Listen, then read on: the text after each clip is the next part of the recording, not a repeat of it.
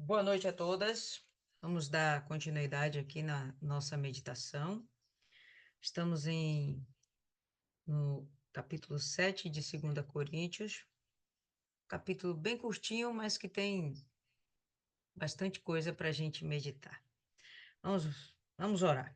Senhor, nosso Deus e amado Pai, estamos aqui diante da Tua santa presença e te agradecemos pela oportunidade de mais uma vez estarmos reunidas em Teu santo nome. Que o Senhor venha, meu Pai, nos dar da Tua sabedoria essa noite. Que o Senhor possa, meu Pai, nos fortalecer, nos edificar. Faça, Espírito Santo, com que haja dentro da gente um espírito de santidade, um espírito renovado, um espírito disposto a te servir, a te agradar, custe o que custar. Que sejamos capazes, meu Pai, de negar o nosso próprio eu para fazer tão somente a tua vontade. Que sejamos capazes de reconhecer a diferença entre o bem e o mal, que sejamos capazes de escolher sempre o bem, que sejamos, Espírito Santo, uma referência aqui nessa terra para tantas quantas pessoas nós pudermos ter acesso, que nós sejamos motivo de salvação para essa humanidade. Que o Senhor venha, meu Pai, desde já, repreender todo espírito de contenda, divisão, de atrapalhação, de confusão, que porventura deseje roubar aquilo que o Senhor preparou para nós, ele está repreendido agora em nome de Jesus, e que o Senhor venha ter total liberdade para falar aos nossos corações. Assim, Espírito Santo, nós temos a certeza de que ao fim dessa noite estaremos mais fortalecidas e edificadas, e te agradecemos mais uma vez por isso. Em nome do Pai, do Filho e do Espírito Santo. Amém? E graças a Deus. Amém, povo lindo? Tudo bem? Vocês estão me ouvindo direitinho? Então vamos lá. Aqui está um pouquinho baixo. Um pouquinho baixo, né? Eu imagino que deva ser seu equipamento aí. Mas vamos lá. 2 Coríntios, capítulo 7, verso 1, a gente vai ter o seguinte: Tendo, portanto, amados, essas promessas, purifiquemo-nos de toda a imundícia da carne e do espírito, aperfeiçoando a santidade no temor de Deus. O que Paulo quer dizer com essa mensagem, com esses versos? Primeiramente, ele está fazendo uma referência a algumas promessas, ok? E que promessas são essas? É o finalzinho ali do capítulo 6, quando ele vai citar o seguinte, que vós sois templo do Deus vivo. Eu habitarei neles, andarei com eles e serei o seu Deus e eles serão o meu povo. Portanto, saí do meio deles, separai-vos, diz o Senhor, e não toqueis em coisa imunda, e eu vos receberei, e serei pai para vós, e vós sereis meus filhos e filhas, diz o Senhor Todo-Poderoso. Então, as promessas que Paulo está citando aqui logo no verso 1 é a promessa de que nós vamos ser vaso, templo do Espírito Santo, e também seremos aceitos por Deus, e ele nos será como pai, e nós lhe seremos como filhos, filhas. Então, essas são as promessas que são grandiosas e maravilhosas, e atrás disso que qualquer ser humano tem de estar correndo nessa vida. Tendo, portanto, amados, essas promessas de que vocês serão templo de Deus, de que vocês serão filhos de Deus, purifiquemo-nos de toda a imundície da carne e do espírito, aperfeiçoando a santidade no temor de Deus. E quando a gente vê ele falando do aperfeiçoar a, a nossa santidade, então significa que a gente pode modular essa santidade. Nós podemos sempre melhorar. Nós já começamos a nossa caminhada, nós já estamos nos purificando, nos santificando para Deus. E exatamente o que significa essa santificação, essa purificação? Nada além do que o abandono do pecado e a busca incessante de ter uma comunhão, uma profundidade de intimidade com Deus. Isso é o processo da santificação, da perfeição, o aperfeiçoamento da sua santidade. Bom, nós já vimos que Paulo escreveu algumas cartas exortando os coríntios. E o que seria essa purificação da carne, essa purificação do espírito? Com base no que nós já lemos em 1 Coríntios, o que lemos até aqui de 2 Coríntios, nós podemos inferir algumas coisas, né, algumas situações que os coríntios estavam vivendo e que isso estava atrapalhando a sua santificação, estava atrapalhando que eles fossem templo do Espírito Santo, estava atrapalhando deles se tornarem filhos de Deus. De cara, alguém lembra aí alguma dessas situações que eles estavam vivendo e que Paulo várias vezes exortou e disse, olha, não é assim, não é por aí. Alguém saberia dizer aí? Alguém lembra? Não se juntar, né, com pessoas de diferentes, julgos desiguais.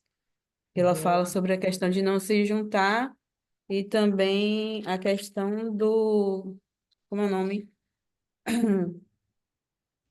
De falar sempre a verdade, né?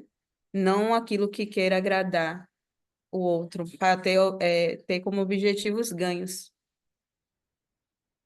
Não sei se Perfeito. consegui expressar. Sim, sim. Perfeito, Thaisa. Mais alguém lembra de alguma coisa? Ninguém? Fico preocupada. Ninguém lembra de mais nada? Desde a primeira carta, uma das coisas que ele cita com veemência e, e que foi o motivo de começarem a enviarem mensagens para Paulo, mandando as notícias de como estava a igreja de Corinto, a dissensão, a divisão dentro da igreja, os pensamentos que eles tinham a respeito de um ser melhor do que o outro. Lembra que ele falou sobre a fornicação, prostituição, a, a mistura com os cultos pagãos, e aí juntavam-se as orgias, a falta de temor no, no momento da Santa Ceia, a falta de temor e, ao mesmo tempo, a embriaguez, o egoísmo que havia dentro deles, a ganância. Todas essas coisas foram pontuadas por Paulo. E existiram outras mais. Tá? A gente pode ainda citar a questão dos dons, onde os dons do Espírito, entre eles, entre alguns deles, acabava gerando aquela sensação de vaidade, de orgulho, de soberba. Havia o momento deles destratarem aqueles que tinham menos condição e tratarem com privilégios aqueles que tinham melhores condições, como a Thaisa aí citou, a questão de fazer amizade com o mundo, né, de ter algum tipo de comunhão com pessoas que não têm o mesmo entendimento, a mesma visão espiritual. A intolerância com os fracos na fé, né, a falta de sensibilidade no trato com as pessoas que Paulo chama de fracos na fé. Tudo isso aí se constituía em impurezas tanto no corpo quanto no espírito. A forma de pensar que se manifestava na forma de agir, na forma de se conduzir dentro da igreja. Inclusive, de alguma forma, em algum momento, eles rejeitarem a autoridade espiritual de Paulo, contenderem com Paulo, né, a ponto de Paulo ter tido necessidade de escrever várias cartas aos Coríntios. Foi a igreja com a qual ele mais se preocupou, com a qual ele mais teve desgaste, né? Não vou nem falar desgaste, eu vou falar mais investimento, né? Foi a igreja na qual ele teve que investir mais em termos de zelo, de cuidado.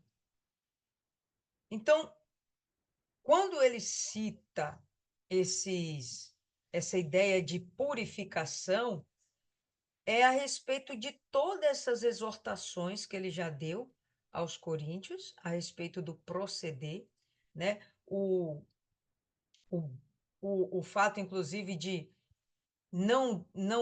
que eles não deviam causar escândalos, e eles causavam escândalos, ao ponto de algumas coisas, dentre eles, terem de ser julgadas pelos incrédulos, o que Paulo achava uma aberração, né?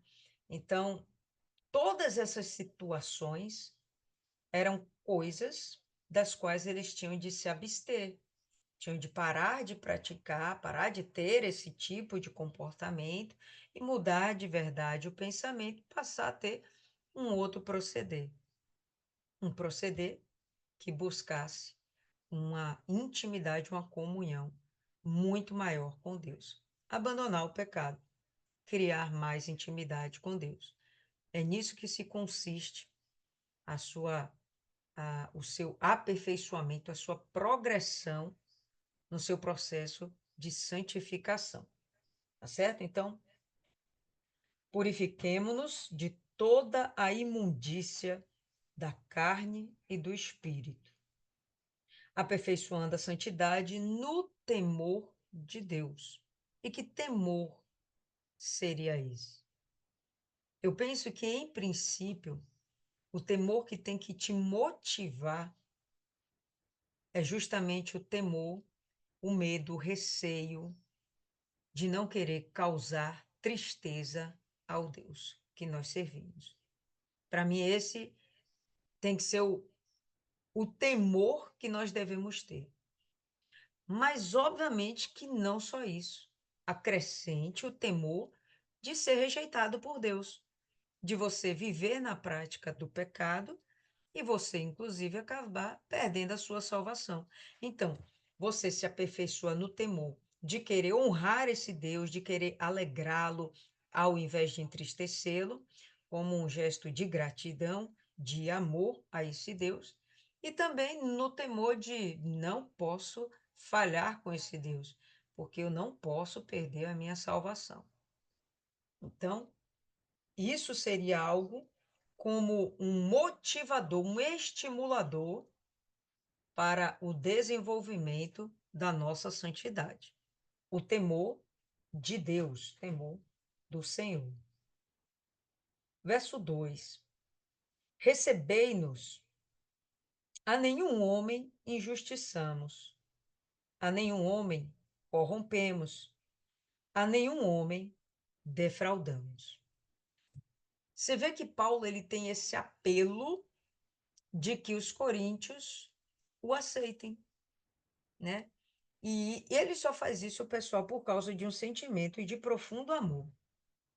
Ele não faz isso por alguma vantagem própria. Pelo contrário, os coríntios davam dor de cabeça pra caramba, né? Não era por uma vantagem própria, não era para um enriquecimento pessoal, é por amor mesmo. Ele queria ver aquele povo salvo. Então ele fala: recebei-nos, né? Aceite aquilo que eu estou oferecendo a vocês, aquilo que eu estou dando a vocês. Isso aí, ele estava pregando sem maiores interesses pessoais. E o interesse dele, sim, era a salvação daquelas pessoas. E ele prova por A mais B que ele é digno de ser aceito por esse povo. Por quê? Porque quando ele estava lá pregando para esse povo, ele não, fala aqui, não corrompeu ninguém, não roubou ninguém, não cometeu nenhuma injustiça. Né? Então, ele foi íntegro, teve a melhor das intenções para com aquele povo. Então, ele faz esse apelo, nos aceite, nos receba, né? Não nos rejeite, lembrando que havia interferência, influência naquele momento de outros apóstolos que estavam causando a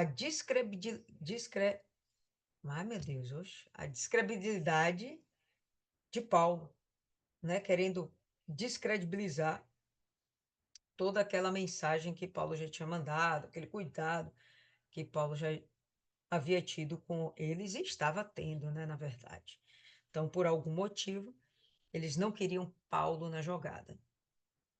E a melhor forma de você tirar uma pessoa da jogada é manchando a sua reputação, fazendo com que as pessoas não olhem ela com o devido respeito, com a devida, como a gente poderia dizer, com interesse, né? Então, desprezem Paulo. Essa era a mensagem. O que nós viemos trazer aqui é algo mais relevante, é algo mais criterioso, é o que realmente nós devemos seguir. Então, Paulo estava lá disputando esse espaço, esse, esse lugar de autoridade espiritual, de pai espiritual sobre os coríntios. Né? No verso 3, eu não falo isto para a vossa condenação. Não falo isto o quê? Ele não tá alegando, olha, a gente não foi injusto, a gente não corrompeu ninguém, a gente não roubou ninguém.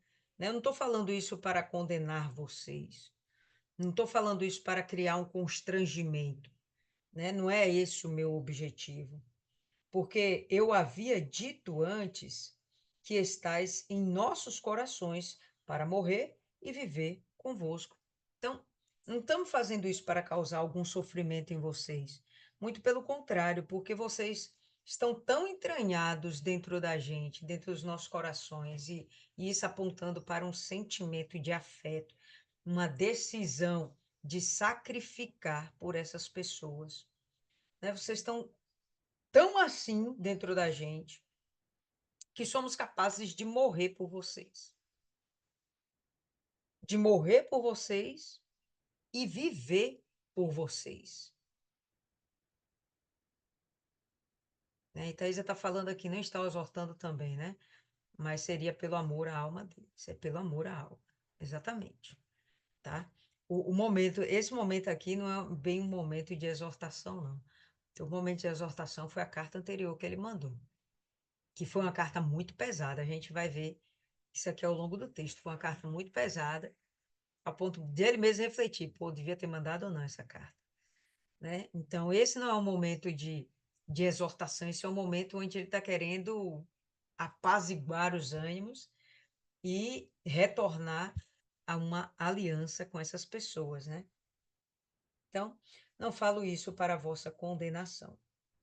Vocês estão em nossos corações para morrer e viver conosco. Tomo aqui para tudo por vocês. Grande é a minha ousadia no falar convosco. Grande é a minha alegria em vós. Estou cheio de conforto, transbordo de alegria em todas as nossas tribulações. Então aí você vai perceber que Paulo, ele não entende que estar cuidando dessas pessoas é um fardo. Pelo contrário, ele fala que é uma alegria. E é assim que a gente tem que encarar a obra de Deus. É assim que a gente tem que encarar o ID de Deus. Muitas vezes não é o que acontece. As pessoas encaram como se fosse um fardo. Nossa, tem que ir hoje fazer um trabalho de evangelização. Nossa, mas eu tenho minha vida pessoal, meu trabalho, minha família, minhas coisas, meu lazer. E aí você começa a pesar, né? O que é mais importante na sua vida, a obra de Deus ou a sua própria vida? Você começa a ponderar isso.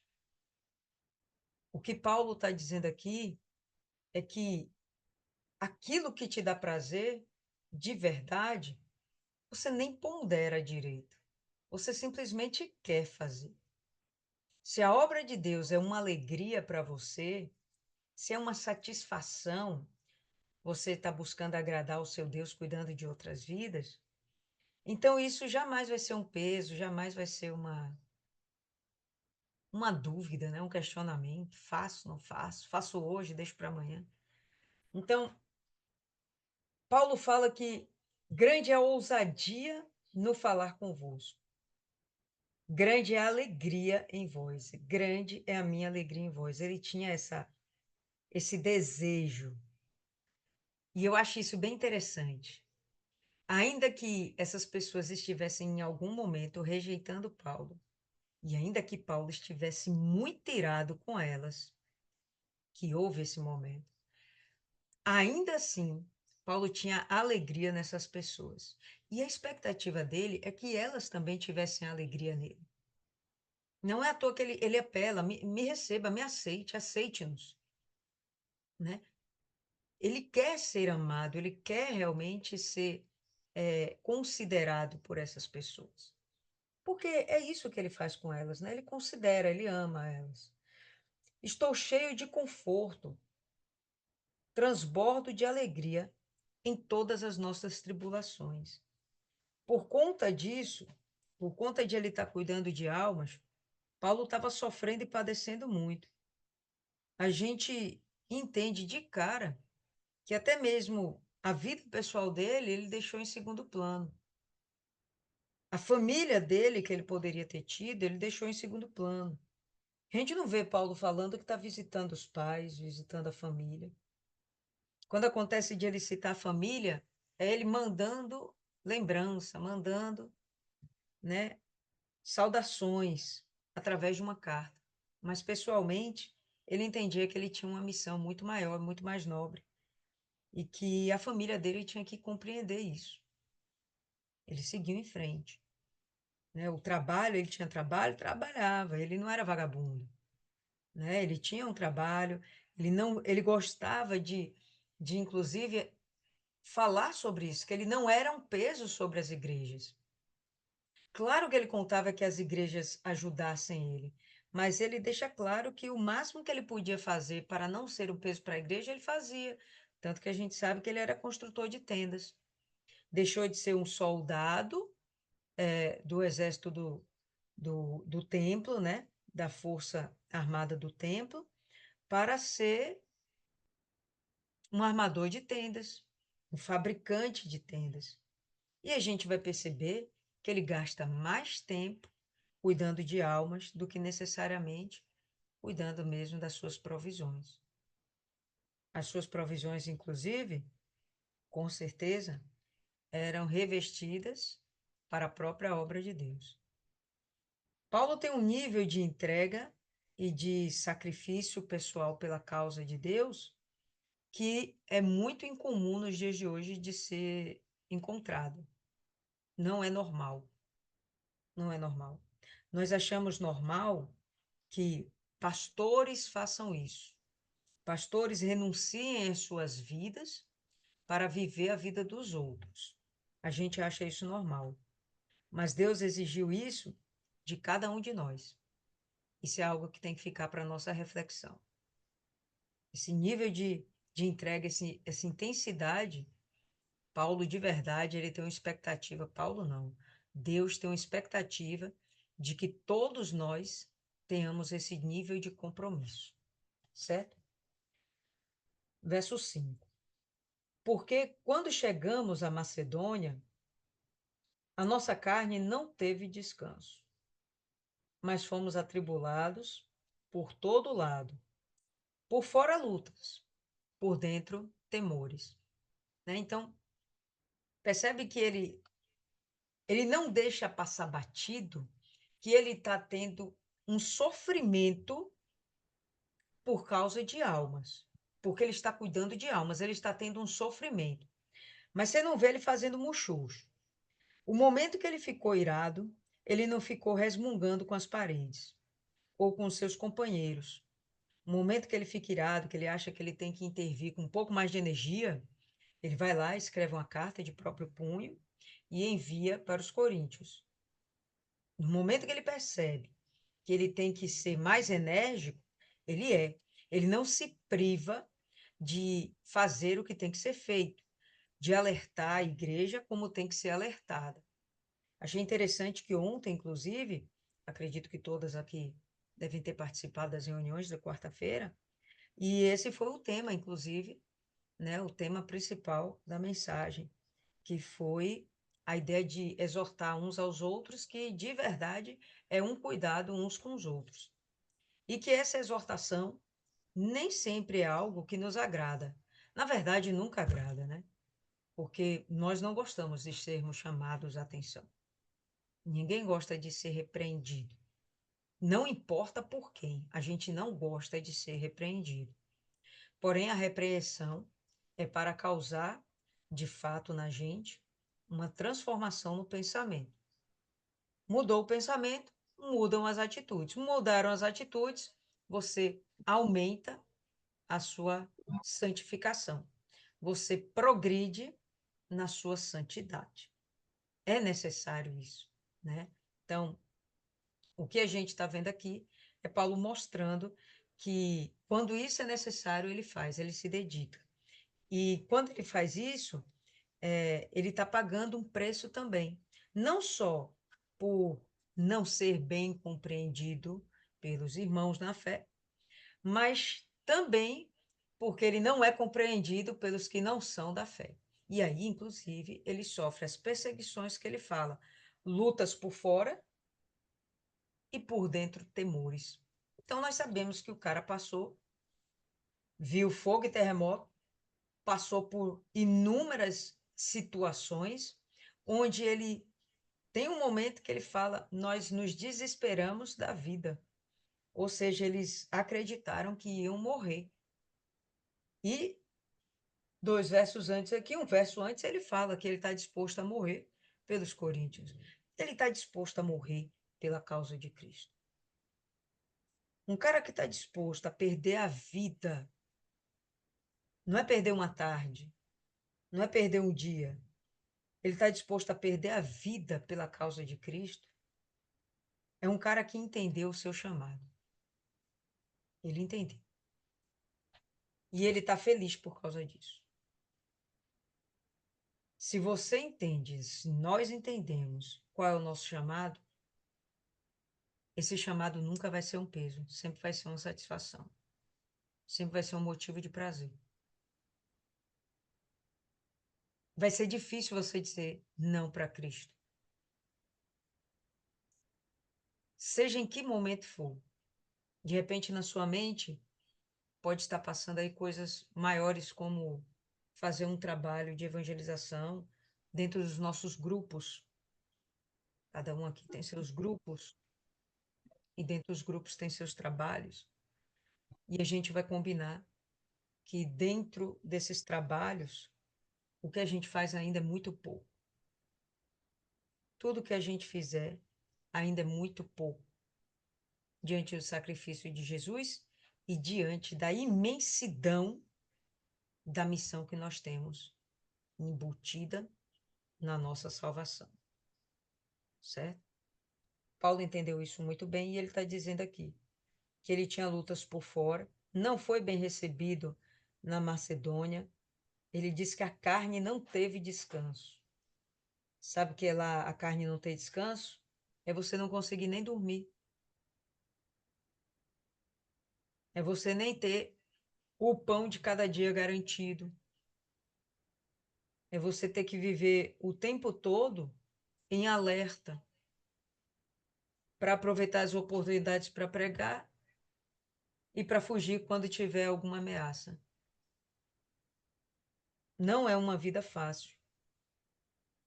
Só que isso a gente acredita que isso é coisa de pastor, mas isso é coisa de salvo, não é coisa de pastor. Isso é coisa de salvo, isso é para cada um de nós. Quando ele fala que por dentro tem temores, ele mostra que ele não é um super-homem. E ele deixa claro, ele já falou isso em outros momentos, que a confiança, a segurança dele é o Espírito Santo. Ele fica na dependência de Deus. Ele fica na dependência de Deus. Mas por dentro ele tem as suas aflições, os seus medos, os seus questionamentos, as suas inquietações, né? Tudo isso continua existindo dentro dele. Só que ele tem uma coisa que é certa. Eu tenho que cumprir minha missão. O resto está na mão de Deus. O que está na minha mão, o que me compete a fazer, o que está em minha posse, né? Dentro das minhas capacidades, eu não vou dizer não, eu vou para cima. Agora, quando chegar o meu limite, então eu vou ter que confiar em Deus e esperar que ele faça o que ele tem de fazer. Verso 6. Mas Deus, que consola aqueles que estão abatidos, nos confortou com a vinda de Tito. E não somente por sua vida, mas também pela consolação com que foi confortado por vós, contando-nos os vossos desejos sinceros, o vosso pranto, a vossa mente fervorosa por mim, de maneira que me regozijei muito. E aqui, Paulo já começa a mostrar. Você vê que ele está desenvolvendo essa carta e deixando claro que ele está contente. Fica implícita essa ideia. Ele está feliz. Ele está falando que ele tem as dores, ele está falando que é complicado, né? Ele está implorando pela aceitação dos coríntios, mas ele está falando tudo isso num tom de contentamento. E agora ele vai mostrar o porquê do contentamento dele, né? Então, Tito chegou até eles. Vamos lembrar, ele escreveu uma carta bem severa. Essa carta foi enviada através de Tito. Tito chega lá e entrega a carta, enfim, lê a carta lá para o pessoal e existe uma repercussão dentro da comunidade, da congregação, a respeito dessas palavras de Paulo. Tito se demora lá por algum tempo, não fica claro quanto tempo é, mas durante esse tempo Paulo continua trabalhando, está na Macedônia, tá? Trabalhando, ele continua lá, firme e forte, esperando ansiosamente respostas dos coríntios, aquela igreja que está dentro do seu coração, que ninguém arranca de lá. Está dentro do coração dele e ninguém arranca. E como a carta que ele enviou foi bem pesada, ele está muito preocupado de como é que eles vão receber, porque às vezes uma palavra dura afasta as pessoas de você, afasta as pessoas de Cristo. Mas às vezes a palavra dura é necessária. Não tem como fugir dessa palavra. É ela que vai causar aquele start, o despertamento da pessoa para que ela está numa conduta equivocada. E aí vem lá a exortação, a disciplina, e a pessoa, por mais que não goste, ela desperta, ela é provocada, pelo menos, a pensar. Ainda que ela fique irada, ela é provocada, pelo menos, a pensar. E aí, enfim, quando Tito retorna para Macedônia, ele encontra novamente com Paulo, não tenho certeza, eu acho que ele está em Éfeso, inclusive, nesse momento. Quando encontra novamente com Paulo, aí Paulo fica feliz, porque Tito chega dizendo que, olha, o povo recebeu muito bem a sua carta. Eles reconheceram que eles estavam um pouco descaminhados. E eles ficaram muito satisfeitos com o seu cuidado, com o seu zelo. Eles estão muito felizes. E aí é o que a gente vai ver. Ó. Mas não estou só consolado por causa da vinda de Tito, mas também pela consolação com que me foi confortado por vós, contando-vos dos vossos desejos sinceros, do vosso pranto, vosso choro. E o que que indica esse choro? Para mim, arrependimento. É aquele momento onde a pessoa reconhece, puxa, eu fiz uma bobagem mesmo. Aí tem aquele sentimento de tristeza interior, né? E aí a pessoa chora, se derrama em lágrimas, não por causa de uma tristeza continuada, mas uma tristeza de algo que se passou, porque, enfim, daqui para frente vai ser diferente. Ela despertou, né, para o proceder dela.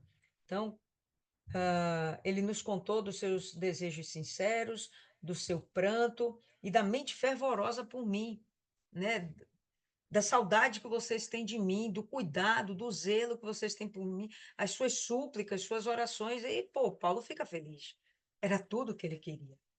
Ser reconhecido como pai por aquelas pessoas. E aí chega Tito e fala: deu certo, funcionou. E aí ele fica feliz, né? Ah, de maneira que me regozijei muito, me alegrei muito. Porque, embora vos tenha contristado com a minha carta, eu não me arrependo, mesmo se me arrependesse, por perceber que a mesma carta vos entristeceu, ainda que por pouco tempo. E aqui você vai ver que ele titubeia entre dois pensamentos.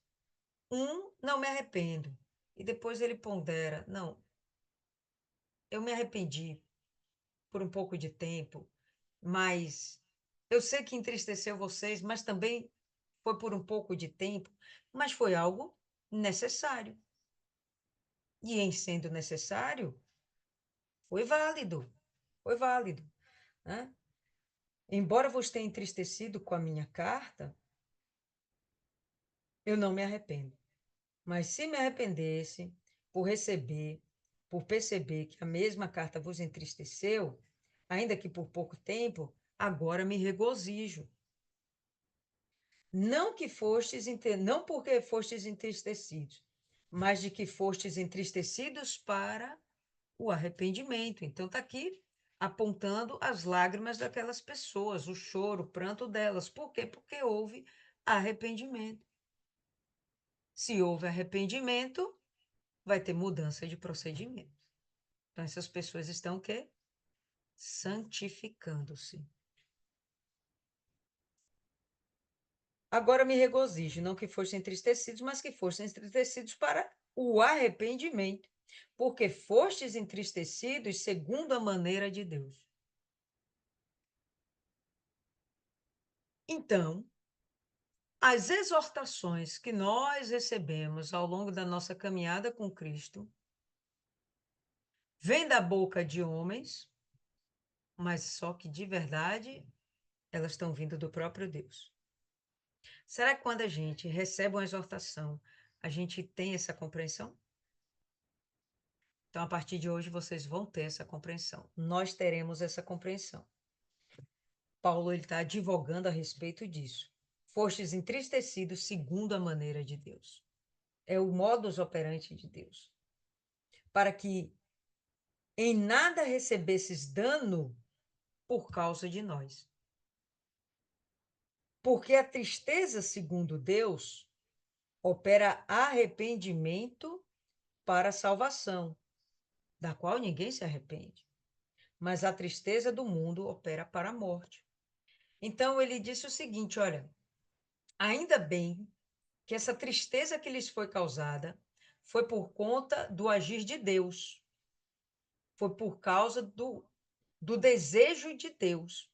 Não foi por causa da gente, porque se fosse por causa da gente, isso ia operar morte em vocês. Então, se fosse algo que vinha da gente, se fosse algo humano, isso ia acabar operando morte. Mas a prova de que isso é de Deus é que causou em vocês, promoveu em vocês arrependimento. E pronto, o objetivo da carta foi alcançado. Ainda que fossem com palavras muito duras, não sabemos quais palavras foram, essa carta foi perdida, Essa carta que está sendo citada aqui não é a primeira Coríntios, foi uma carta perdida, mas Paulo está deixando aqui claro que foi uma carta muito pesada,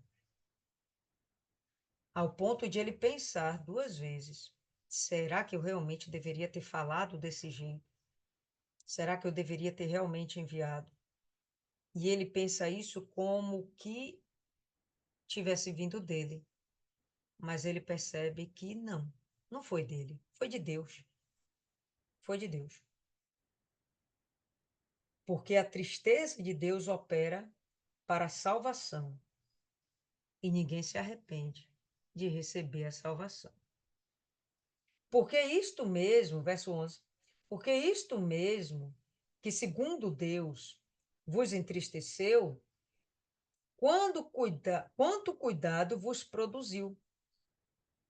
Sim, que apologia, sim, que indignação, sim, que temor, sim, que desejo veemente, sim, que zelo, sim, que vingança. O que significa isso aqui? Na sua versão, isso pode estar um pouquinho diferente, algumas palavras aqui estão um pouco diferentes. Então, aqui nessa versão, ele fala assim, que essa tristeza produziu cuidado, provocou naquelas pessoas, motivou naquelas pessoas, despertou nelas um cuidado com a própria santificação, com a própria congregação. E aí ele vai ficar exaltado, porque está ouvindo aqui as conversas de Tito, né? Tito contando, olha, foi assim, foi assado, e ele, nossa, que apologia, na sua versão aí pode estar que defesa. E que defesa é essa? É justamente um apelo para que os pensamentos das pessoas fossem clareados, né? Que defesa, que apologia, né? Na ideia de, pessoal, abre o entendimento. Nós estamos indo para um caminho errado. Nós estamos tendo concepções erradas, nós estamos pensando de maneira equivocada, e isso está nos afastando de Deus.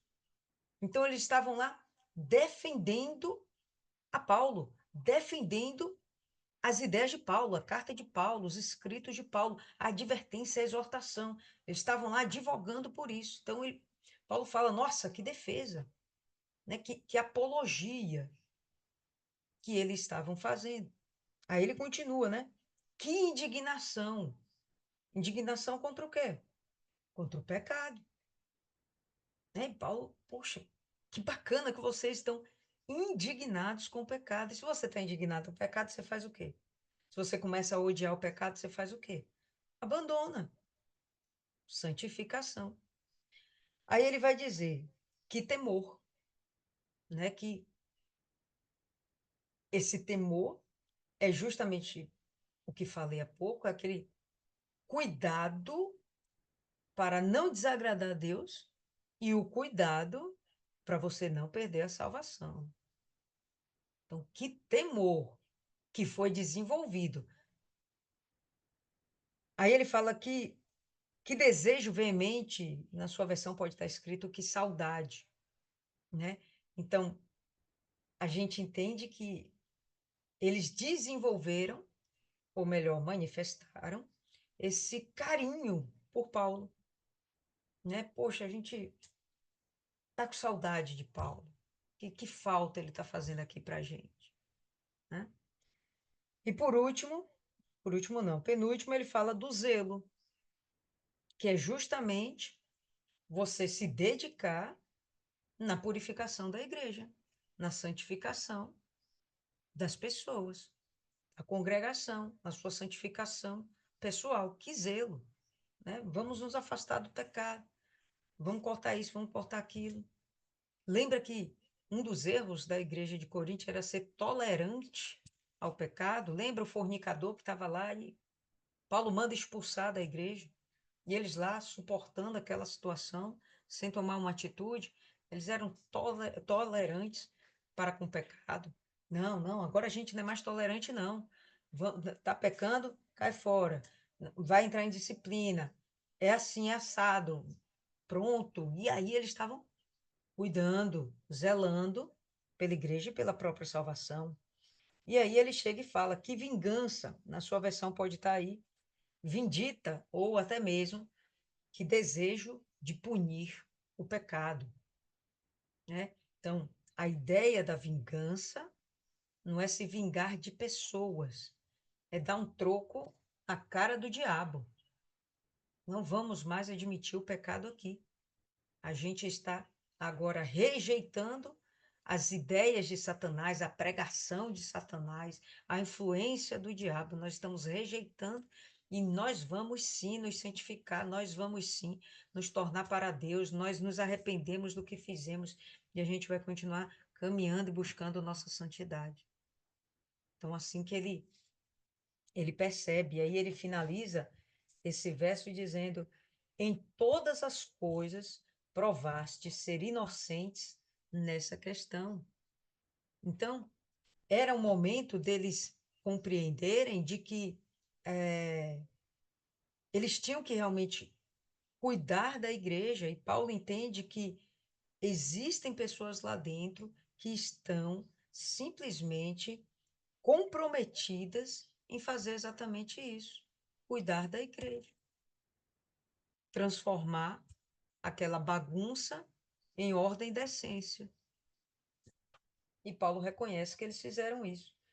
Por que Paulo sabe que eles fizeram isso? Porque Tito está lá contando. Tito ficou um tempo lá com eles. Tito se demorou com eles. Portanto, embora eu tenha escrito a vós, o fiz não por causa do que errou, né, daquela pessoa que cometeu um pecado, nem por causa do que foi tratado injustamente, daquela pessoa que foi a vítima do pecador, mas para que o nosso cuidado por vós pudesse ser manifesto diante de Deus. Aquilo que nós fizemos por vocês, que vocês trouxessem isso diante de Deus. Aquilo que a gente já plantou e que estava aí adormecido, estava apagado, não estava sendo colocado em prática. Então, eu mandei essa carta para vocês, não por conta do pecador ou da vítima do pecador. Não. Estamos enviando essa carta para relembrar a vocês o que nós já tivemos ensinado e que vocês venham praticar. Tá? Portanto, fomos confortados pelo vosso conforto. Sim, e muito mais nos alegramos pela alegria de Tito, porque o seu espírito foi renovado por vós todos. Então, Tito chega lá em êxtase, né? De repente, Tito veio, não veio nem andando, veio correndo, porque ele estava ansioso para dar essas novidades, contar essas novidades para Paulo. E ele está muito feliz, porque ele foi muito bem recebido, os coríntios cuidaram muito bem dele, né? Com certeza fizeram questão de que ele se demorasse por lá também, e ele só sai de lá justamente para levar essas boas novas para Paulo. E quando chega lá, Paulo fica muito feliz. Vamos lembrar que Paulo, ele tem Tito como um filho. Tito é um menino, não é um homem, tá? É um menino, é um rapaz jovem que foi colocado dentro do fogo e que ele está lá correndo o risco de ser morto. Ele está também sofrendo as suas perseguições, as tribulações, né? Vivendo o que Paulo está vivendo também. Então, Paulo tem essa preocupação por ser um rapaz novo, né? Pouca experiência de vida, não de vida espiritual, mas de vida mesmo, pouca experiência de vida. E ele fica preocupado se os coríntios, daquele jeito que está chegando a história a respeito deles, será que eles vão receber bem o menino? Pô, a minha carta foi muito dura, será que eles não vão maltratar, bater no menino, alguma coisa assim? Paulo ficou preocupado também com o rapaz, com Tito. Mas quando ele volta, ele fica feliz, tanto pela vida de Tito, quanto pelas boas novas dos coríntios, pela conversão verdadeira, real dos coríntios, e como também pela a- o renovo que Tito tem. Isso é bem interessante, porque quando nós estamos fazendo a obra de Deus, quando estamos empenhados lá em fazer a obra de Deus, em ganhar almas, tal, a gente também tem esse renovo, né, com os resultados, principalmente quando os resultados são positivos. Mesmo que os resultados não sejam positivos, isso não nos desanima. A gente continua lá acreditando que a palavra de Deus não volta vazia. E quando temos os resultados, aí a gente fica efusivo, né? A gente fica super feliz. A gente fica muito feliz. E isso, de fato, nos renova, nos aviva. E foi isso que aconteceu com Tito. Tito retorna avivado, né? Ele volta com um espírito, né, cheio de gás, doido para continuar fazendo a obra de Deus com toda energia.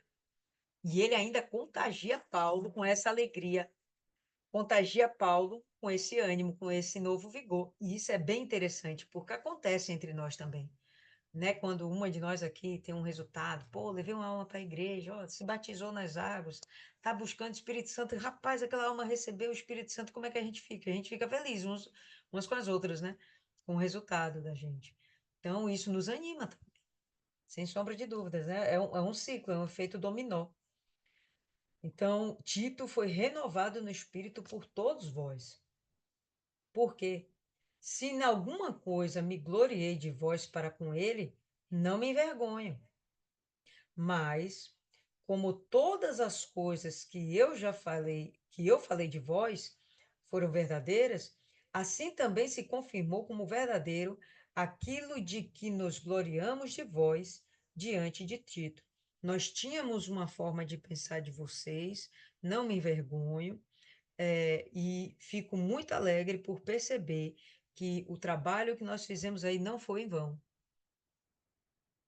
E Tito reconheceu isso também. Nosso trabalho aí não foi em vão. Passou uma turbulência, mas de verdade, o fundamento de vocês está bem sólido. E vocês foram avivados quanto a isso, né? A mente de vocês foi clareada no sentido de que vocês compreenderam, vocês perceberam que estavam mudando de práticas, mas houve um despertamento e vocês voltaram às primeiras obras, né? Ao primeiro amor. E o seu afeto interior é mais abundante para convosco, ao lembrar-se da obediência de todo vós e de como recebestes com temor e tremor. Então, até Paulo, vendo essa Paulo não, minto, tá? Tito, vendo essa receptividade que ele teve lá junto aos coríntios, ele começou a amar ainda mais essa igreja. Ele começou a amar ainda mais esse povo, é isso que ele está falando. O seu afeto interior agora é mais abundante para convosco, né? Aumentou, o amor dele para com vocês aumentou, ao lembrar-se da obediência de todos vós. É super agradável quando a gente vê as pessoas que nós cuidamos sendo obedientes, né? E ele está falando aqui que essa obediência foi a quem? Foi a Paulo. Paulo escreveu a cartinha e eles obedeceram. O próprio Tito ficou regozijado de ver eles tomando a decisão de obedecer aquele que seria o pai na fé deles, o líder espiritual deles. Isso dá um regozijo na gente, realmente. Quando a gente percebe que a pessoa entendeu a mensagem que nós estamos passando, o cuidado que nós estamos tendo, né, o desvelo que nós estamos tendo com aquela pessoa, e a pessoa reconhece, poxa, a pessoa está cuidando de mim e tal, e ela obedece e pratica, e a gente fica feliz com aquilo, com o crescimento. Eu imagino que cada uma de vocês aqui, cada um de nós, já deve ter cuidado, ao menos na vida de uma alma. E você orientou aquela pessoa. E quando você orientou aquela pessoa e aquela pessoa obedeceu o que você falou e teve êxito, teve o sucesso, teve, né, o resultado desejado, como você não se sentiu? Feliz. E aí você se apega mais ainda àquele seu discípulo, sua discípula, né? Cativa, é uma coisa meio assim. Ao lembrar-se da obediência de todos vós e de como recebestes com temor e tremor. Regozijo-me, portanto, fico feliz, alegro-me, portanto, de ter confiança em vós em todas as coisas. Então, Paulo, ele renova a confiança que ele já tinha plantado muito tempo atrás, né? Junto com os coríntios. E ele renova agora, ele vê, não, não, vocês são pau para toda obra mesmo. Dá para contar com vocês. Vocês realmente vão ser ganhadores de almas. Primeiro, vocês vão ganhar as próprias almas de vocês. Estou vendo que vocês estão crescendo em santidade. E mais que isso, vocês vão fazer a obra aonde quer que vocês estejam. Vocês vão se multiplicar. E isso é tudo que Deus quer, né? Eu posso confiar em vocês. Que confiança é essa? Para que seria essa confiança de Paulo? Se não for para confiar o evangelho e confiar que essas pessoas continuem pregando o evangelho, né? Que confiança seria? De guardar um valor com elas? Um segredo? Não, não é esse nível de confiança. A confiança de que elas vão continuar fazendo o trabalho que elas têm de fazer, né? O ID de Cristo. E isso aí é bem interessante. Então, como eu falei para vocês, é um capítulo bem curtinho, pequeno, mas que dá para a gente trazer muita coisa para a nossa vida no sentido de sermos ganhadores de almas, evangelistas, né? Não importa o grupo que a gente esteja, mas somos, no final das contas, evangelistas. E temos de ter esse nível de compromisso, né? A gente tem que desenvolver cada vez mais, até porque, pessoal, a gente está vivendo os últimos dias, literalmente. Ninguém aqui tem dúvida a respeito disso, né? Estamos vivendo os últimos tempos. E diante dos últimos tempos, a gente tem pouco tempo. Mas o trabalho é imenso. Então, não dá para a gente remir a nossa mão de estar fazendo a vontade de Deus no sentido de ganho de almas.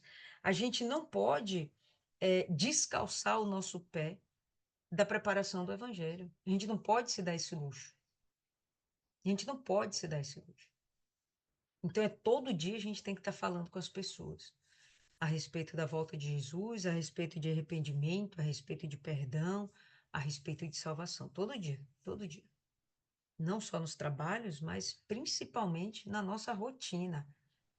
Nossa família, amigos, parentes, trabalho, colegas de trabalho, na rua, desconhecidos, fila do ônibus, na fila do pão, e por aí vai, né? Isso tem que estar embutido dentro da gente, esse desejo ardente, e entendendo que isso, de forma alguma, é um peso. Estava vendo um rapaz falando como foi que Satanás conseguiu encher os ouvidos da terça parte dos anjos no céu. Como foi que Satanás conseguiu fazer isso? Porque provavelmente essas pessoas estavam, esses anjos, eles estavam desocupados para poder parar e dar ouvido ao que Satanás tinha para dizer. Então estavam lá desocupados, com a mente vazia, né?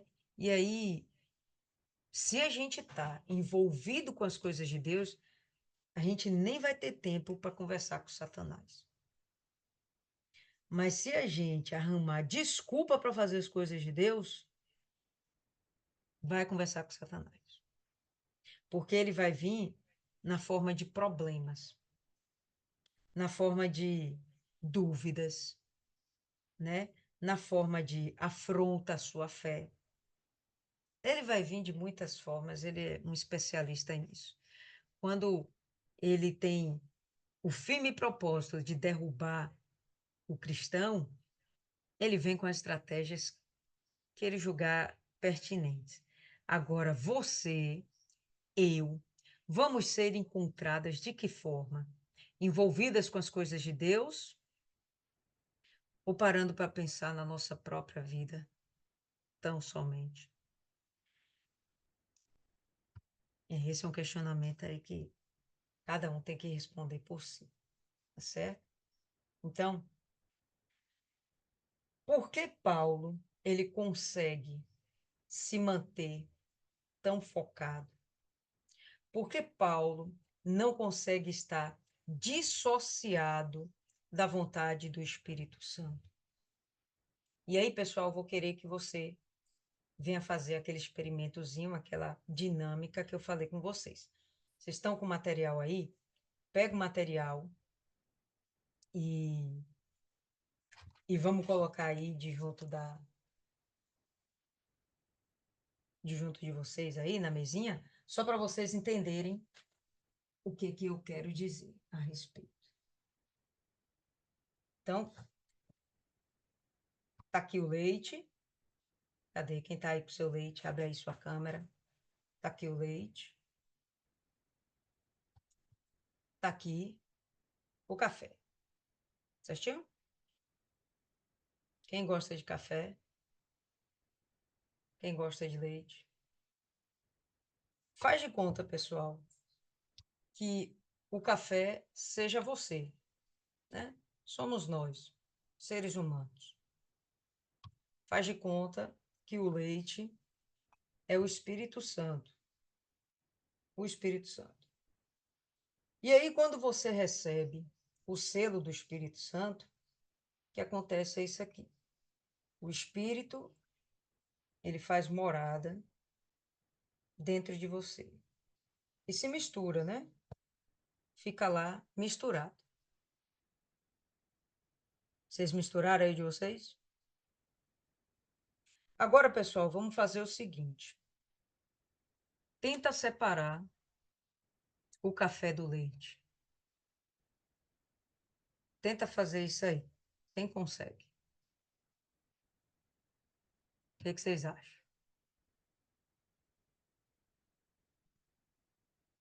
Vocês estão querendo me dizer que não consegue separar o café do leite. Tá certo. Então, tudo bem. Vamos considerar que isso seja verdade. Tá bom? Não consigo separar o café do leite. Cadê a sua pimenta aí? Você pegou a pimenta? Então, pega aí a pimenta agora e joga um pouquinho dessa pimenta aí no seu café com leite. Dá uma mexidinha e faz de conta que essa pimenta são os seus problemas na sua vida financeira, né? Passando por um aperto, endividado, pegou um empréstimo na mão de agiota, cartão está todo endividado, nome sujo na praça, perdeu o emprego, milhões de problemas, né? E aí você acrescenta na sua vida com Deus os problemas. Essa pimenta, ela é capaz de, nesse momento aqui, separar o café do leite? O que que vocês acham?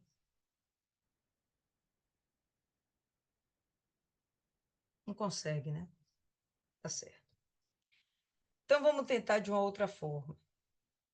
Aí você pega aí agora um outro elemento, né? Pega aí o sal, joga aí o sal, né?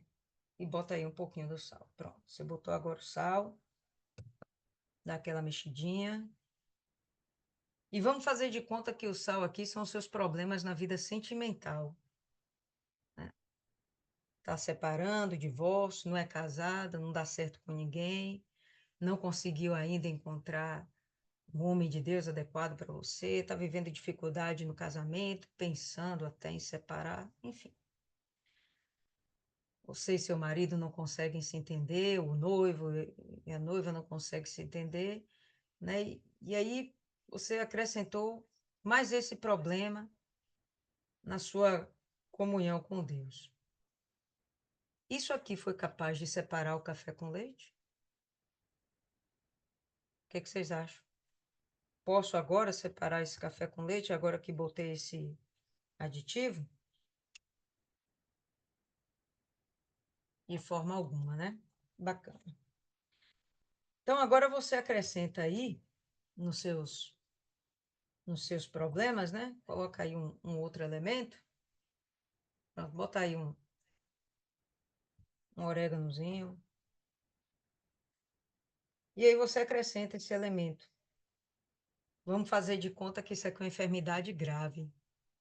é um câncer, uma doença muito séria, uma erisipela, uma AIDS, sei lá, um aneurisma, uma pressão alta, uma diabetes, né?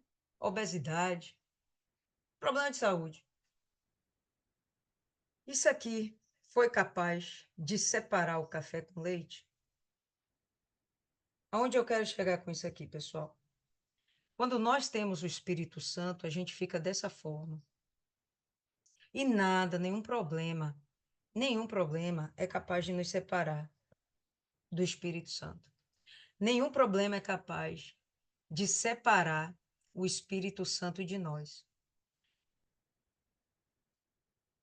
E pelo contrário, quando a gente está unido com o Espírito Santo, a gente vai superar todos os problemas. Por mais que eu colocasse aditivos aqui, o café com leite não deixou de ser café com leite. Ele não deixou de estar unido e misturado, e nada pode separar um do outro. Por mais que venham os problemas, nada pode separar você do Espírito Santo. É isso que Paulo quer dizer.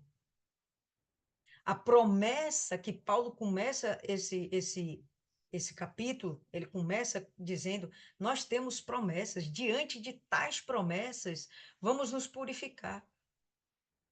A promessa é de sermos, de fato, morada eterna de Deus. E nada pode nos separar. E ele fala das tribulações, do peso, de um monte de problema, do risco de morte. Só que ele fala isso com uma alegria.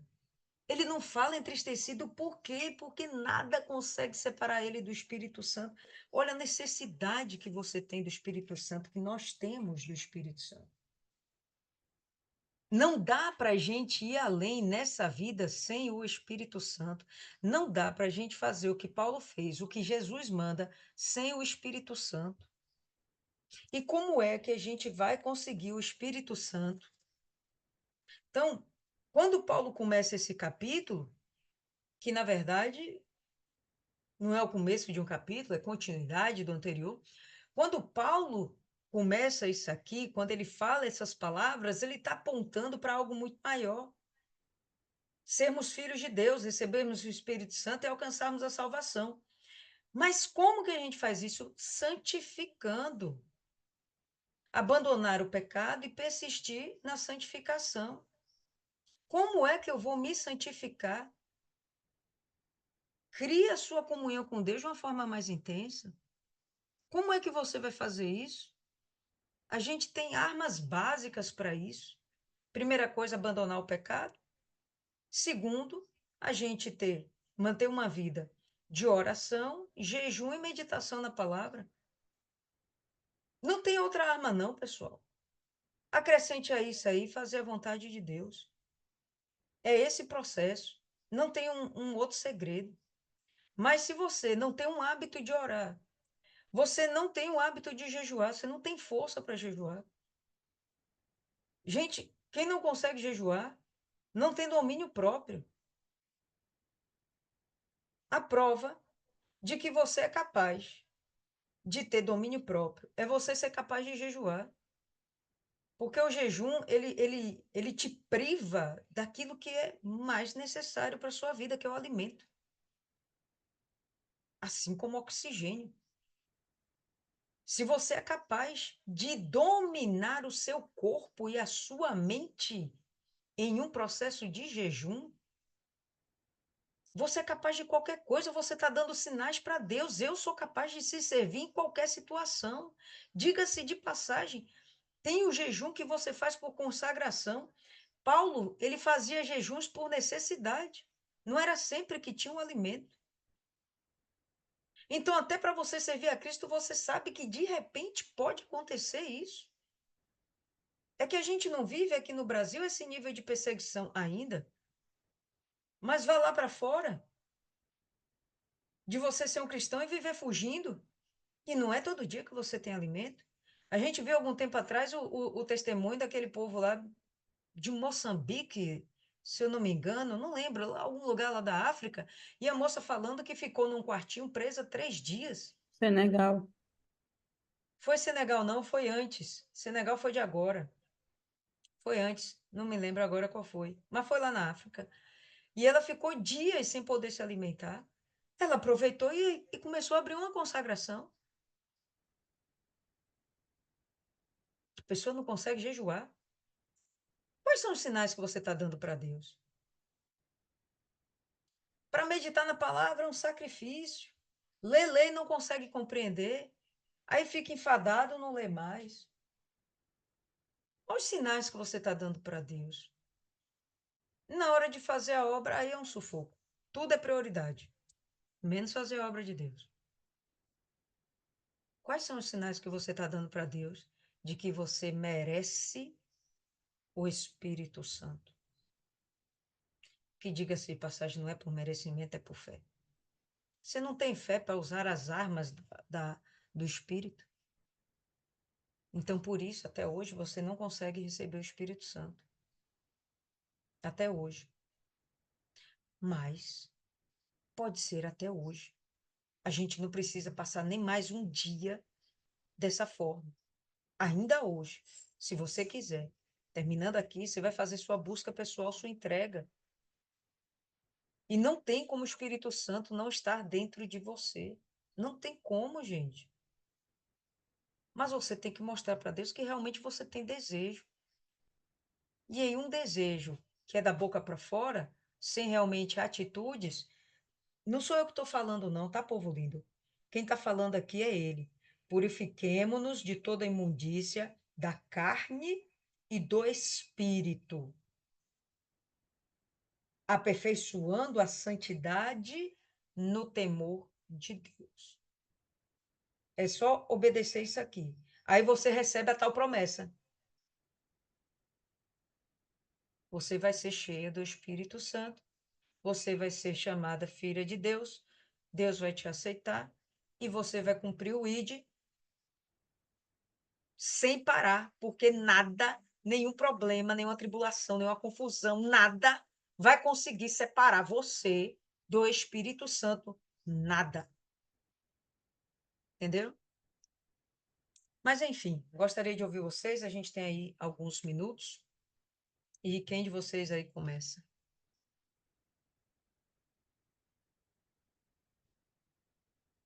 Ninguém?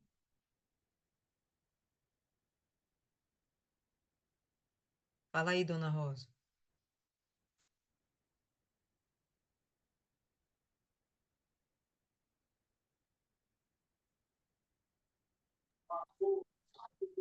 Boa noite, pessoal.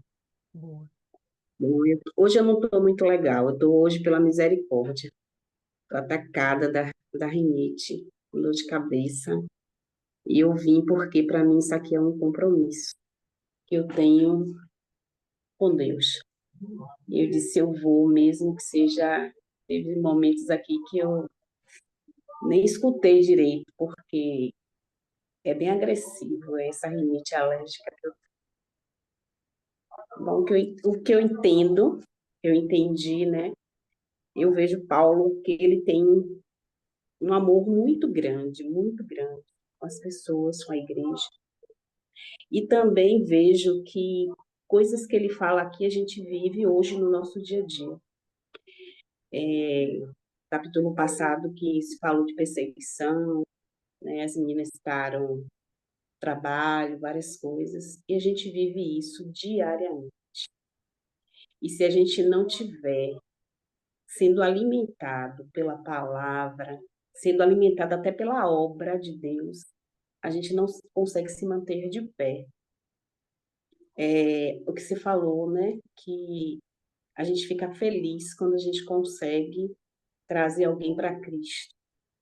Nossa, é uma alegria tão grande. Hoje eu faço um sopão dia de quinta-feira, né? Foi uma direção do Espírito Santo de fazer esse sopão aqui no final de linha. Eu faço quinta-feira, cada 15 dias. É um trabalhão, mas é um trabalho gratificante. E hoje, né, e aí meu esposo, ele me ajuda, e a gente tem a ajuda de várias pessoas, né, envolvidas. E aí hoje, eu saí tão feliz, eu disse, meu Deus, até ele falou assim, poxa, que alegria, né? a gente vê as pessoas, né? Ouvir a palavra, a gente vê, o pastor ele faz uma pregação pequena, né? Faz uma oração. E aí no final teve um rapaz, um senhor que chegou para mim e falou assim: "Poxa, o que vocês fazem é algo tão lindo, é tão lindo que eu quero participar disso, eu quero ajudar no sopão que vocês fazem, porque eu sei que vocês recebem doação e eu quero doar". E assim, aí você sente que, sabe que Deus está ali presente junto com você, e que as pessoas se envolvem também com aquilo, e você sente o amor de Cristo ali envolvido em tudo. É um contentamento tão grande, a gente, a gente sai tão feliz. É quando a gente vai evangelizar, que a gente começa a falar de Deus, começa a falar da palavra, e tem pessoas que lhe dão ouvido. E aí você vai falando, que as meninas até falam assim, tá ali, ó, onde ela tá pregando. Ela tá pregando. Mas quando você acha alguém que te ouve, que te escuta, nossa, é maravilhoso. Quando Deus dá um direcionamento de você vai ali, ó, fala com aquela pessoa, e que você vai, que você sente a necessidade que aquela pessoa estava precisando daquele momento, daquela palavra, e que Deus, naquele momento, ele pegou, te usou para falar com aquela pessoa. Não existe coisa maior e melhor do mundo do que saber que a gente pode ser usado por Deus para ajudar uma pessoa. Eu sou muito amor, Lilian. Eu amo as pessoas, eu amo ajudar as pessoas. E quando eu vejo uma situação difícil, eu quero abraçar. Às vezes até eu me seguro, porque eu não posso me envolver muito, porque eu me envolvo demais, entendeu? Então a gente tem que ser sábia nesse momento.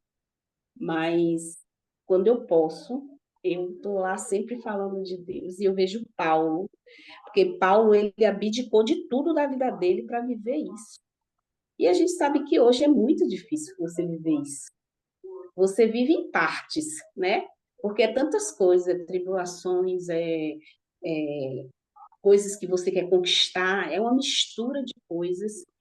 Se você não conseguir separar, né, e dar a devida importância que Deus merece que a gente dê, e que a gente coloque ele em primeiro lugar, a gente imagine Paulo.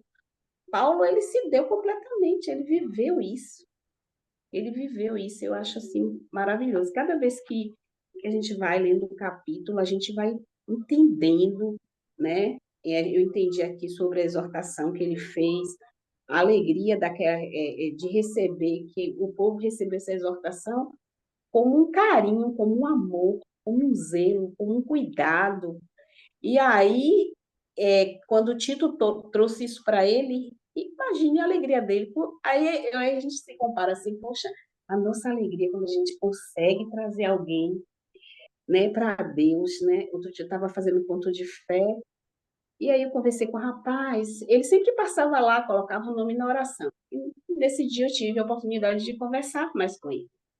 E hoje eu estou vendo ele está direto tá indo na igreja, tal, já se batizou nas águas, fez o curso de evangelização, ele foi consagrado evangelista. Eu disse, gente, que coisa linda. Aí você saber que Deus te usou para aquele momento, para trazer ele. Nossa, é bom demais isso. E cada vez mais a gente sente mais vontade de fazer o trabalho, mas pelo menos eu sinto assim, né? Cada vez mais eu quero me envolver mais, mas eu não quero me envolver, porque assim, a gente sabe que pessoas são pessoas e tem gente que se envolve porque quer se mostrar, quer aparecer mais para o pastor, mas eu não quero me envolver para isso, eu quero me envolver para Deus mesmo. E é algo que vem de dentro, é um sentimento que a gente nem sabe explicar direito, a alegria é tão grande de você poder estar fazendo esse trabalho. E eu estou amando fazer aqui ouvir, né, as cartas de Paulo, ouvir quem era ele, e eu compreendo assim que hoje não existe mais ninguém que tenha essa dedicação total. Total, abdiquei tudo da minha vida e vivo para Cristo. É difícil, né? Muito difícil. Esse é o meu entender. Beleza, Thaisa.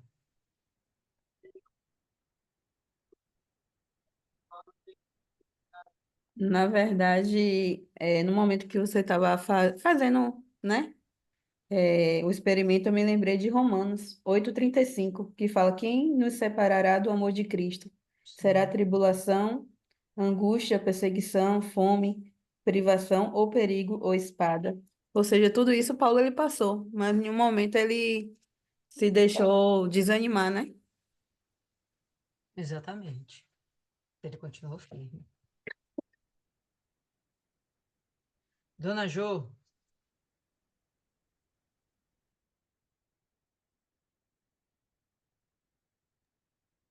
Boa noite, gente. boa. É, no meu ver, assim, aí na hora de falar eu sou péssima, né? Paulo fala muito assim, em todas as cartas dele ele cita, né?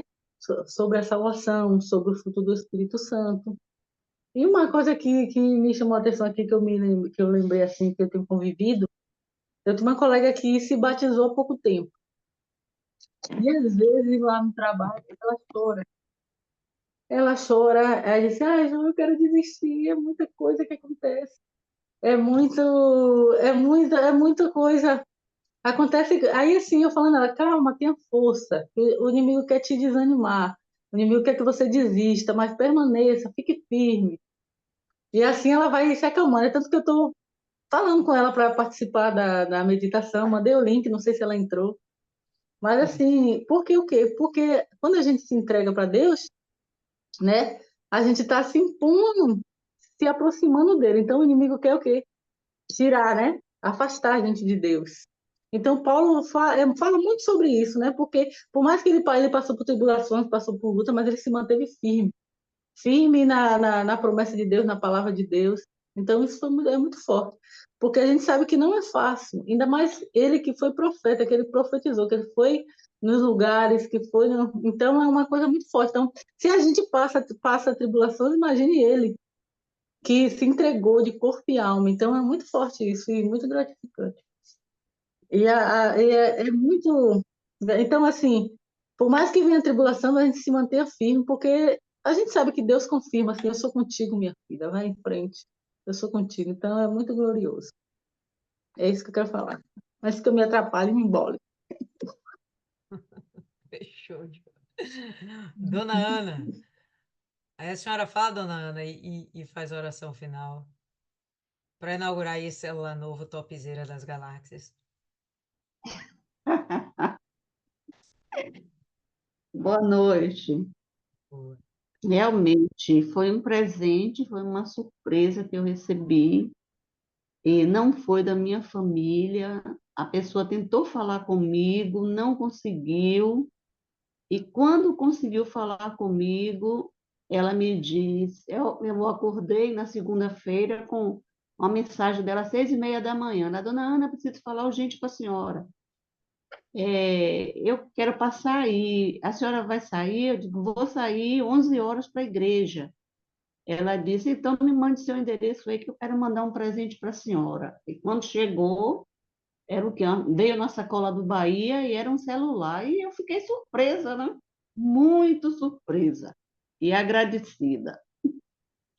Se para mim aqui ficou ter um compromisso, né, com a obra de Deus e falar com as pessoas da volta do Senhor Jesus, do projeto, do plano de salvação, e aonde estiver, em todos os lugares, aproveitar as oportunidades e se firmar na palavra. E é que, como a senhora falou, ter mesmo assim, ter disposição e buscar o Espírito Santo, jejuar, orar, para que a nossa venha a ser fortalecida a nossa comunhão com o Senhor Jesus a cada dia, porque o mundo hoje não está fácil. E as pessoas tem pessoas que estão carentes, mas tem outras que não querem ouvir, porque não querem conhecer, porque tem medo. Então a gente tem que se preparar para isso. Foi o que ficou para mim mesmo Outra coisa também, exortação.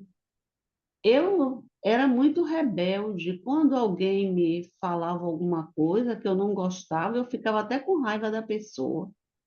Mas, com o tempo, graças a Deus, foi mudando, e hoje eu posso ouvir o que for.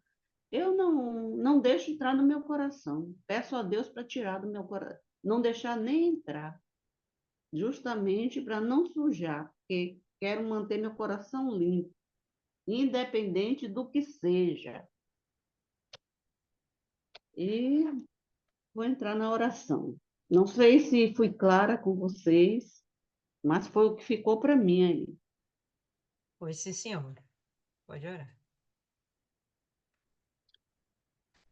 Senhor, meu Deus, meu Pai, em nome do Senhor Jesus, meu Deus, neste momento, eu quero agradecer, Senhor, por essa oportunidade de estarmos juntas aqui na Sua presença, meditando, buscando o Senhor, conhecer ao Senhor e entender a Sua vontade, meu Pai, para que possamos, meu Deus, levar para as pessoas, não o que nós queremos falar, mas sim ser usadas pelo Seu Espírito Santo. Meu Deus, agradeço ao Senhor, meu Pai. Agradeço também, meu Pai, por nossas famílias, Senhor. E quero colocar cada um dos nossos familiares em Suas mãos e pedir ao Senhor, meu Pai, que nos dê sabedoria para alcançar aqueles que ainda não querem compromisso com o Senhor e que não querem nem ouvir, Senhor. Nos ensina, meu Pai, a como ser exemplo, ser testemunhas do Senhor para eles, e que eles venham ver em nós que o Senhor existe, que o Senhor é real e que o Senhor muda o caráter, muda, meu Deus, tudo nas pessoas. Nos ensina, Senhor Jesus, a ganhar almas, nos ensina mesmo, porque eu não posso falar para o Senhor que é fácil. O Senhor sabe disso, mas nós estamos aqui todos os dias aprendendo e querendo mais conhecer o Senhor. Peço ao Senhor, meu Pai, que proteja a tua igreja, proteja o teu povo, meu Pai, proteja os seus pastores, bispos, as esposas, os grupos, Senhor. Toma todos em tuas mãos, meu Pai. Nos protege, nos livra, meu Pai, de todas as ciladas. Abençoa, Senhor, a nossa noite, abençoa o nosso sono e que o amanhã, meu Pai, seja um despertar alegre na Sua presença, para, meu Pai, estarmos amanhã na igreja, na libertação, e coloca pessoas que estejam disponíveis, meu Pai, e que estejam precisando de chegar até um culto de libertação. Deus, em nome do Senhor Jesus, meu Pai, muito obrigada por essa meditação, obrigada por todo o ensinamento que foi falado aqui, da Sua palavra. E nos dá uma noite de paz, em nome do Senhor Jesus. Amém e graças a Deus. Amém, povo lindo. Então é isso aí, por hoje é só. A gente se reencontra mais uma vez no sábado. Que Deus abençoe cada um de vocês. Boa noite.